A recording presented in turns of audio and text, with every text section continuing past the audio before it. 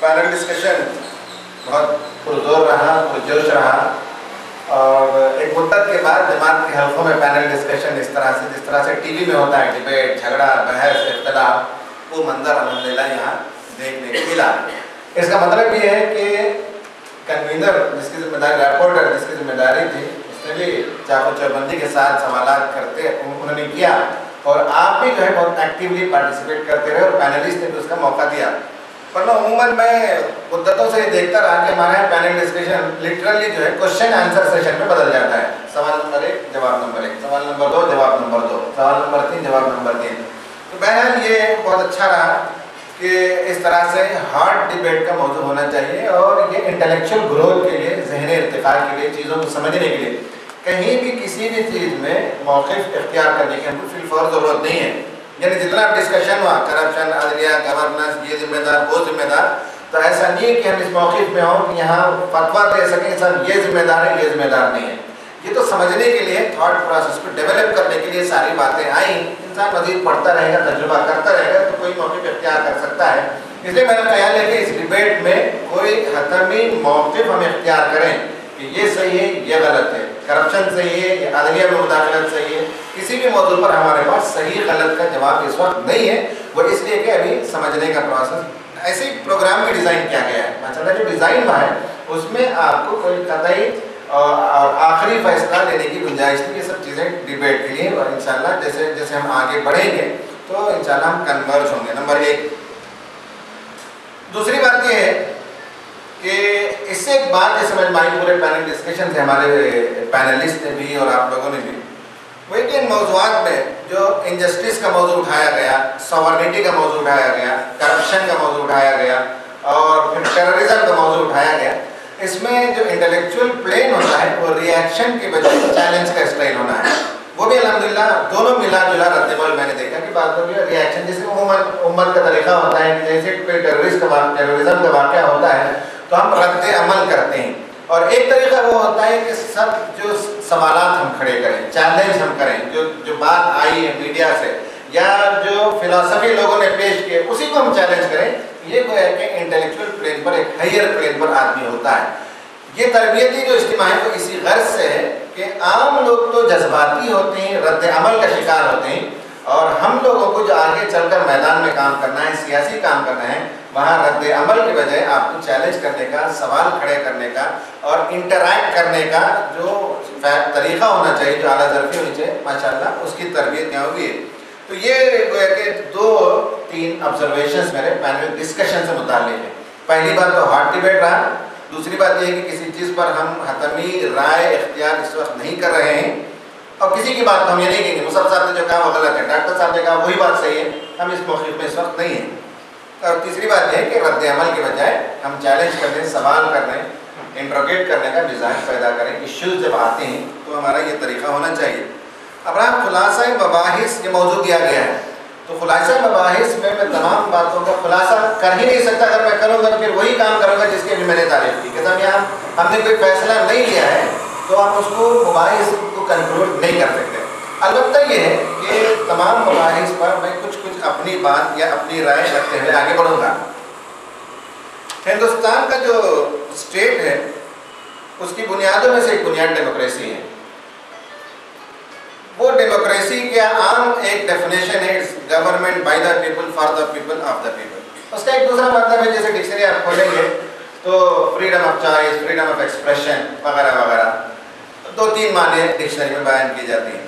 हिंदुस्तान में इस वक्त हम जहाँ जी रहे हैं तो हमारे स्टेट की जो बुनियाद है उनमें से एक बुनियाद जमहूरियत है, डेमोक्रेसी है, वो खुद एट स्टेक है इस वक्त। उसका खुद जो है सर्वाइवल का इस वक्त सवाल खड़ा हुआ है कि वो अपने हकीकी मानों में डेमोक्रेसी बाकी रहेगी कि नहीं रहेगी, जमहूरियत बाकी रहेगी कि नहीं रहेगी।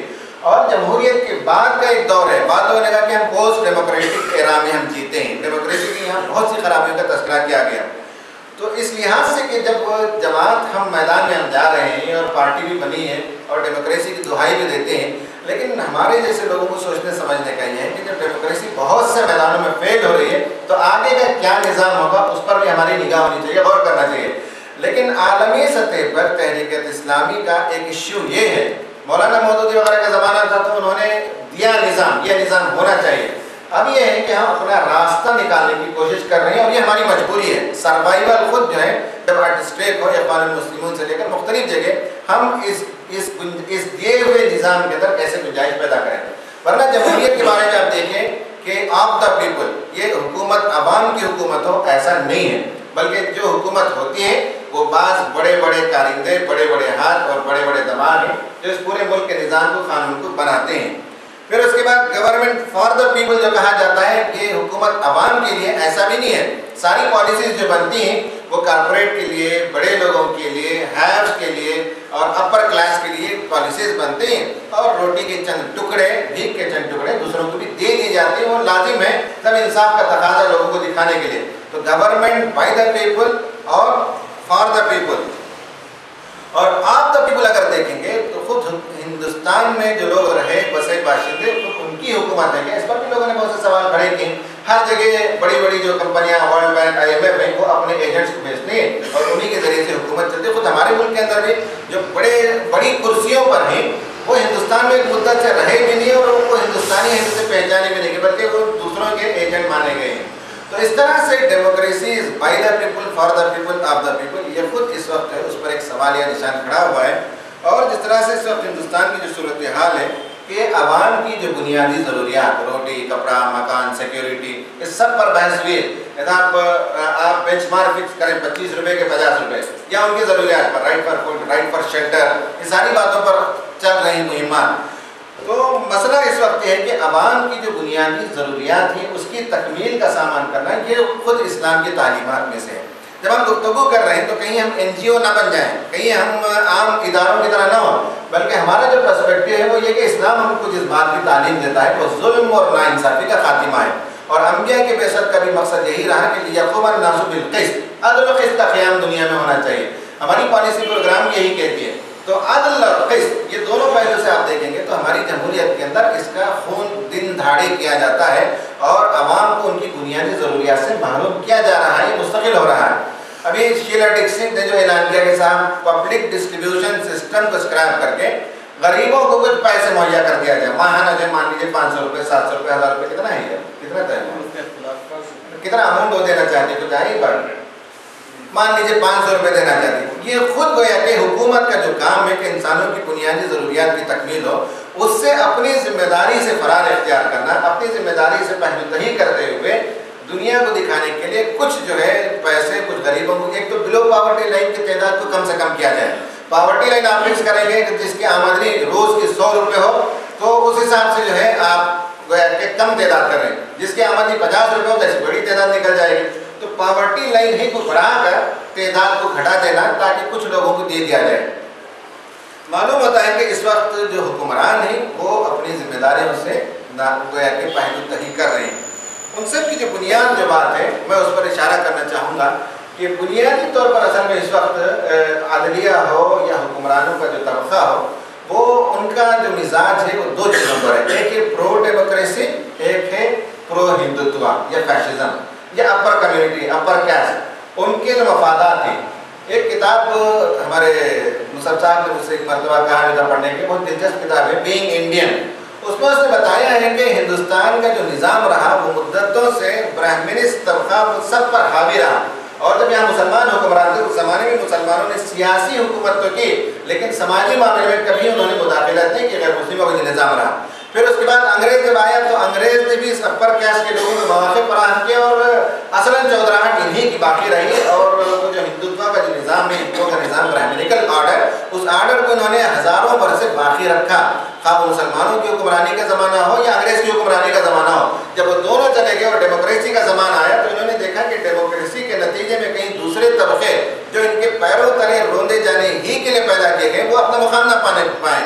اس لیے جو فوراً انہوں نے ڈیموکریسی کو بھی اپنایا لیکن الٹیمیٹلی کنورٹ کیا اور ایسے لابیز بنائے جہاں انہی کی بات چلے، انہی کا قانون چلے، انہی کا فیصلہ ہو. اس طرح سے آپ دیکھیں گے کہ جتنی حکومتیں بنتی ہیں ان سب میں برہمنیکل لابی کس طرح سے کام کرے. جب ان کے لیے یوز لیس ہو جائیں، جیسے اگر کرنانی بھی یوز لیس ہو جائے تو ان کے خلاف جو دھیرے دھیرے دو چار باتیں. پرسوں ایک برہمن عورت ہے جیسے چیف منسٹر نے کہا کہ راجیو گاندھی کے قتل کے پیچھے ان کا ہاتھ رہا.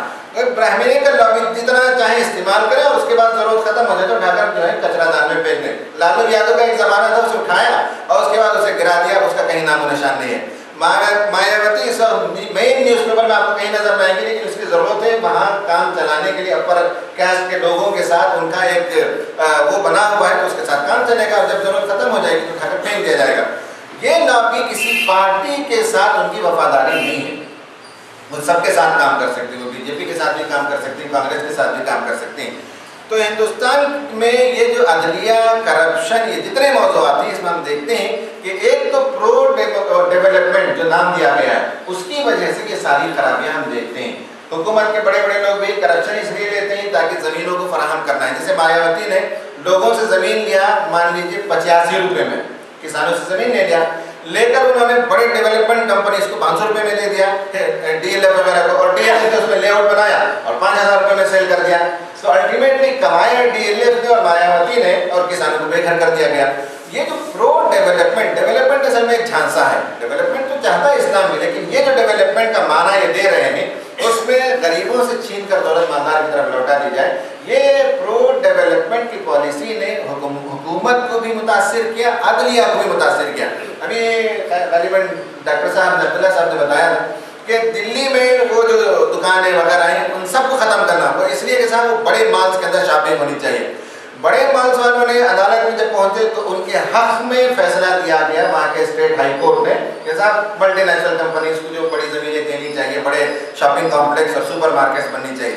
तो अदलिया भी इस मामले में करप्ट है। एक सवाल इन्होंने आखिर में उठाया मुसब साहब ने, मेरा काम अगर करप्शन से बनता हो तो अदालत में जाने की क्या जरूरत है? सब अदालत में जाए तो वहाँ भी करप्शन देकर ही तो मुझे फैसला कराना है, दोनों जगह बराबर है। या तो मैं यहाँ बाबू को देकर करा लो या फिर जो वहाँ उसे देकर करा लो, तो ये दोनों बराबर ही है। करप्शन यहाँ देकर काम कराए, वहाँ देकर काम कराए। अल्टीमेटली होता है कि जिसके पास पैसे हैं वो अपना काम करा सकता है, जिसके पास पैसे नहीं है वो अपना काम नहीं करा सकता। ये जितने हमको जो काम करना है वो जिनके पास कुव्वत नहीं, जिनके पास दौलत नहीं, जिनके पास ज़बान नहीं, उनकी तरफदारी करते हुए हमको बात करनी चाहिए। जैसा कि हज़रत उमर और हज़रत अबू बकर सिद्दीक़ रज़ियल्लाहु ताला अन्हुम जब वो खलीफा बने तो उन्होंने यही कहा कि मैं इस काम पर उस वक्त तक लगा रहूँगा जब तक कि एक एक आदमी का हक अदा ना हो जाए, और जिसका माल, जिसका हक जिसके पास है वहाँ से लेकर हफ्ता तक न पहुँचा दूँ, तब तक मेरा काम बाकी है। तो हम तहरीक इस्लामी के लोगों का यही काम है कि जो हैव नॉट्स हैं, वॉइसलेस हैं और सप्रेस्ड हैं, हाँ कोई भी हो, तो उनके हुकूक के दिलवाने की लड़ाई, इसमें तहरीक इस्लामी के लोगों को आगे बढ़ना और इसी फ्रेमवर्क के अंदर हमको काम करना है। तो एक तो यह है कि डेमोक्रेसी खुद इस वक्त उसका वजूद खुद सवालिया निशान है, और इसमें हमको जो कुछ काम करना है वो मैंने बताया कि ये जो प्रो डेवलपमेंट एटीट्यूड ने लोगों को करप्ट भी किया, लोगों को नाइंसाफ भी बनाया। दूसरा है वो है प्रो हिंदुत्व फोर्सेस। आपको वो सुप्रीम कोर्ट में भी मिलेंगे, प्राइम मिनिस्टर लॉबी में मिलेंगे, इंटेलिजेंस में भी मिलेंगे। और जिस तरह से उन्होंने हवा खड़ा किया था टेररिज्म का, सारा मीडिया बिलबिला रहा था, हंगामा खड़ा कर रहा था, अब उसके बाद कोई टेररिज्म का वाक़या ही नहीं होता। तो क्या मुसलमानों ने तौबा कर लिए? जब कहते थे कि सब मुसलमान दहशतगर्द थे, तो आखिर मुसलमानों को क्या हो गया, कितनी दौलत मिल गई, क्या सबब था कि उन्होंने वो काम छोड़ दिया? तो मालूम हुआ कि कारकरे ने जब से इनका नकाब कुशाई की, बेपर्दा किया, तो उसके बाद से ये वाक़यात होने बंद हो गए। अब इस पर कोई अखबार, कोई मीडिया सवाल ही नहीं उठाता कि साहब एक ज़माने में मुस्तकिल बम ब्लास्ट होते थे, अब क्यों नहीं होते? क्यों नहीं होते? इसलिए कि बिल्ली जो है थैले से बाहर आ गई। अब इसके पीछे मालूम हुआ कि साधु भी है, साध्वी भी है, और पंडित भी हैं, पुरोहित भी, पता नहीं कौन कौन है। तो मीडिया जो है असल में वो प्रो हिंदुत्व और प्रो डेवलपमेंट, ये दो फील्ड के लिए वो काम करता रहता है। प्रो डेवलपमेंट ही में बात है कि 5% लोगों की बात अभी तक के घुटने से, ऑपरेशन से लेकर IPL को इतना कवरेज दिया जाएगा। तो ये सब गोया कि ये दो मौज़ूआत के तहत मीडिया भी काम करता है, अदलिया भी काम करता है। अब आखिर में मैं अपनी बात को ख़त्म करूँगा, वो ये है कि इस दुनिया का जो पूरा निज़ाम है इस वक्त, उसमें जुल्म और नाइंसाफ़ी वो मरकज़ी हैसियत है। सारी दुनिया के अंदर हर आदमी चाहता है कि दूसरे पर किस तरह से जुल्म करे, दूसरे की दौलत को कैसे लूटे। When corporations rule the world, किताब में उसने बताया कि किस तरह से वो प्रोजेक्ट्स बताते हैं दुनिया में आकर, बड़े बड़े प्रोजेक्ट जैसे न्यूक्लियर एनर्जी का प्रोजेक्ट वगैरह, जितना आपको 2050 तक चाहिए उससे 10 टाइम्स 10 गुना ज़्यादा प्रोजेक्ट बनाना, उसके लिए पैसे भी लाना और प्रोजेक्ट इम्प्लीमेंट भी करना, और 10% कास्ट में अपना काम करते हैं और 90% प्रॉफिट लेकर चले जाते हैं। तो इस तरह से दुनिया की दौलत को गरीबों से, ये छोटे ममालिक से लेकर बड़े ममालिक की तरफ ले जाते हैं। मालूम होता है कि डार्विनिस्ट एटीट्यूड کہ سروائیول آف دا فٹسٹ، جس کے پاس قوت ہے، جس کے پاس بل ہوتا ہے، وہ جو چاہے منوا سکتا ہے۔ ابھی اب لیبیا پر جو حملہ ہو رہا ہے، دیکھ رہے ہیں کہ ساری دنیا اس پر خاموش ہے، ایک ایک پولیس اسٹیشن، ایک ایک برج اور ایک ایک پوسٹ آفس، سب کو ڈیمالش کیا جا رہا ہے، اور اس کے بعد جب حکومت بدل دی جائے گی تو پھر ریکنسٹرکشن کا کام بھی یہی بہادر لوگ لیں گے اور اسے تعمیر کریں گے۔ اس کے نتیجے میں وہاں لیبیا کی دولت تعمیر کے نام پر امریکہ اور یورپ کی طرف چلی جائے گی۔ تو تحریک اسلامی کے لوگوں کا جو دو بنیادی کام ہے، نمبر ایک یہ ہے کہ ظلم و ناانصافی، اس کا نوٹس لینا، اور یہ بیسیکلی ڈارونسٹ ایٹیٹیوڈ ہے کہ جس کے پاس قوت ہو وہ جو چاہے کر سکتا ہے۔ بعد میں یو این او کی دہائی دی، یو این او کا مطلب ایسا نہیں کہ اس کے قانون کا بہت پالن ہوتا ہے، وہ تو وہی کہ قوت والوں کے ساتھ تعاون کرنے کے لیے یو این او جب تک شفٹ نہ ہو جائے ایران کی طرف، ٹرکی کی طرف، یا ایک دوسرا یو این او ڈیولپ نہ ہو جائے، تب تک یہ دنیا کے مسائل حل ہونے والے نہیں۔ یہ جنیوا کا یو این او جو ہے وہ مزید ظلم و ستم ہی کا اعلی کار بنتا رہے گا۔ ایک پیرلل اور انصاف پسند لوگوں پر مبنی ایک دوسرا یو این او جب ابھرے گا کہیں سے، جو انسانیت کے لیے، عوام کے لیے، کمزوروں کے لیے کام کرے گا، تب گویا کہ عالمی قانون دنیا میں قابل گویا کہ وہ ہوگا کہ جس کا پالن کیا جائے۔ ورنہ یو این او کا جو قانون ہے وہ ہمارے جیسے غریب ممالک کے تو ہو سکتا ہے، لیکن امریکہ کے لیے، فرانس کے لیے، نیٹو کے لیے اس کا قانون نہیں ہوتا ہے۔ پہلی چیز ہے کہ ظلم و ناانصافی ہے نا، اس کا ہم کو نوٹس لینا ہے۔ نمبر دوسری چیز یہ ہے کہ دنیا میں خوشحالی عام ہونی چاہیے۔ ڈیولپمنٹ بہت بنیادی ضرورت نہیں ہے۔ یہ جو ہماری جو روایت، ہمارا کلچر بتاتا ہے کہ حضرت عمر رضی اللہ تعالیٰ عنہ رات میں جاتے تھے، فلاں کو دیکھا، فلاں کو دیکھا، سب واقعہ ہم جانتے ہیں، حضرت عمر بن عبدالعزیز کا واقعہ سنتے ہیں، اور اسلام جس زمانے میں غالب تھا اس زمانے میں کہتے ہیں کہ صاحب یونیورسٹی اسکول تھے، لوگ پڑھنے آتے تھے، ان کے لیے رہنے کا، کھانے پینے کا انتظام ہوتا تھا، اور بہت سے اوقاف لوگوں نے قائم کر رکھے تھے، کہیں دودھ کی نہر بہتی تھی، کہیں فلاں ہوتا تھا، کہیں یتیم کے لیے، کہیں اپاہج کے لیے، کہیں بوڑھے جانور کے لیے اوقاف تھے، لوگ جاتے وہاں چھوڑ دیتے تھے۔ یہ سب چیزیں گویا کہ خوشحالی، دنیا میں جو آدمی بھی رہے، جہاں بھی رہے وہ خوشحال رہے۔ ایک کسان اپنی جگہ خوشحال رہے، ایک پڑھا لکھا آدمی اپنے سٹی میں خوشحال رہے، ایک لنگڑا لولا اپاہج ہے تو اس کی بنیادی ضروریات کی تکمیل میں وہ خوشحال رہے۔ یہ چیز اسلام فراہم کرتا ہے کہ انسان کی بنیادی ضروریات کی تکمیل ہو۔ اسے ضروری نہیں ہے کہ ایک آدمی کار ملے تبھی خوش ہوتا ہے۔ اگر کسی گاؤں کا دھوبی اسے گدھا مل جائے تو اس پر خوش ہے، اسے گدھا فراہم ہونا چاہیے، اور شہر کا ایک دھوبی ہے تو اسے جو ہے بہت بڑا ٹرک چاہیے اپنے کپڑے کو لے جانے کے لیے۔ تو ڈیولپمنٹ کے نام پر یہ جو چیزیں ہو رہی ہیں اس کے بجائے اصل میں خوشحالی عام ہونی چاہیے۔ تو اسلامی تحریک کا یہ دو بنیادی گویا کہ ہمارا موقف ہوگا کام کرنے میں۔ نمبر ایک وہ یہ کہ ظلم و ستم کا خاتمہ ہونا چاہیے، اور نمبر دو عدل و قسط کا قیام یا خوشحالی کا قیام سب کے لیے عام ہونا چاہیے۔ تو ہم انشاءاللہ مزید اور 1.5 دن تک بات چیت کرتے رہیں گے اور ان موضوعات کو سمجھتے رہیں گے۔ اللہ تعالیٰ سے دعا ہے کہ اللہ تعالیٰ ہمارے ذہنوں کو کھول دے اور انسانیت کا درد ہمارے اندر پیدا فرمائے، اور اس ملک کے اندر خیر کے لیے، بھلائی کے لیے، عدل و قسط کے لیے ہم کام کر سکیں۔ اللہ تعالیٰ ہم اس کی توفیق عطا کرے، آمین۔